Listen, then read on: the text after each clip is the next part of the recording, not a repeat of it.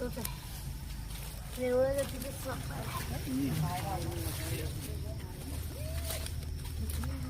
मागच्या वेळी होता नाही जसला जायचे असू दे. बघू शकता हे बघा माझ्या पायाला कव्हर करायलाय. हा वेरुळा जातीचा साप आहे. अतिशय रागीट, देशातला सगळ्यात रागीट साप. चावतर फार. हे बघा असं गोल गोल जसा फिरला तसा असं आपली शेपूट आहे ती कट करतोय. चला तिचा पहिला काय झालं. आजूबाजूची जागा बघू शकता कशी आहे. पूर्ण दलदली सगळी पाणथळ जमीन आहे. अशा ठिकाणी हा साप जास्त वेळ राहतो. एवढी सगळी जागा त्याला लपायला असून सुद्धा तेवढ्याच्या जागेत तो लपला.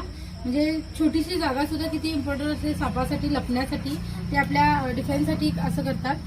बाजूला असं वातावरण असल्यामुळे यांच्या घराच्या शेजारी साप येणारच. त्यांना सांगितलं आम्ही पटवून असे साप येणार सारखे सारखं करा. अशा ठिकाणीच तुम्ही घरं बांधलाय.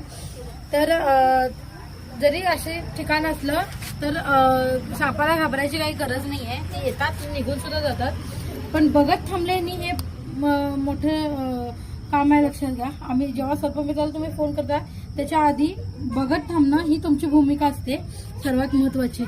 तर यांनी बघत थांबले वरून व्यवस्थित आणि तो एवढ्याशा ठिकाणी सुद्धा लपून तो मिळाला. कारण बाजूचा एरिया पूर्ण त्याला प्रिय असल्यामुळे तो कुठेही पळून गेला असता पण गेला नाही. चेकर्ड किलबॅक म्हणजेच वेरुळा जातीचा बिनविषारी साप आहे. याच्यापासून काहीही धोका नाही. रागीट असतो फार पण विषारी नाहीये. देशातला सगळ्यात रागीट साप म्हणावा लागेल. बघू शकता कशी रचना असते. चेक्स म्हणजे चौकड्या आकाराची त्याच्यावरती डिझाईन असते. त्यामुळे त्याला बेडूक हे प्रमुख खाद्य आहे या सापाचं. बेडूक खाण्यासाठी वगैरे आपल्या घराच्या आजूबाजूला हे साप येतात.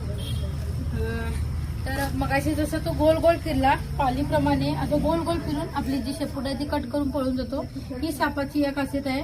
जसा आ करून चावा घ्यायला तो येत होता मोठं तोंड करून तोंड आवाज सोडून नेहमी चावायला येतोय. तर ठीक आहे आपण बंद करूया. व्हिडिओ आवडल्यास लाईक करा, शेअर करा, कमेंट करा. धन्यवाद.